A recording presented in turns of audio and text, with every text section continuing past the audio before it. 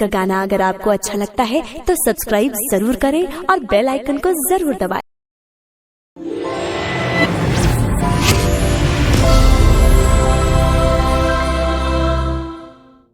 मतलब सामान समेटा कल चलो जी गाँव बम्बई में का बा? ए दादा तो बिहार में का बा? बिहार में बहार बा, चाचा के सरकार बा, गांव और गली में चुनाव प्रचार बा। कादू का बा? दोनों के संगे रहे के परानी, चलो गाँव में काटल जाई जानी।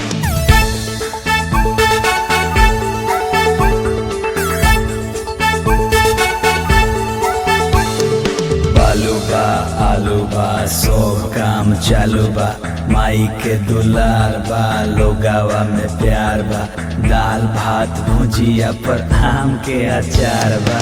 का बा? मार बढ़नी के रे, ये अचार के नाम पे मुंह से पानी गिर गया। ओइलो दोनों के संगे रहे के परानी, अरे का बा? चलो गाँव में काटल जाई जानी।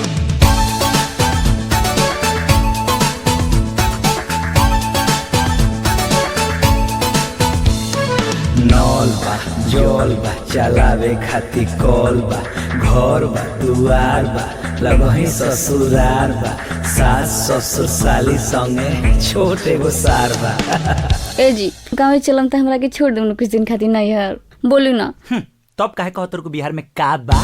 दोनों के संगे रहे के परानी, चला गाँव में काटल जाई जानी।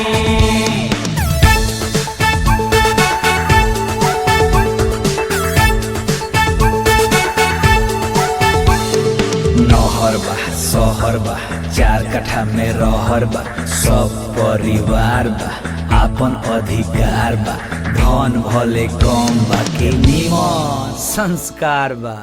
अभियो पूछतरू के का बा? चली गाँव में संगे चलतानी, गावे दोनों बेकत काटल जाई जानी। देहिया पसूट करी गौआ के पानी, दिने दिने निखरी जवानी, ये दिला बड़ा जानी। दोनों के संगे रहे के परानी, चलो गाँव में काटल जाई जानी।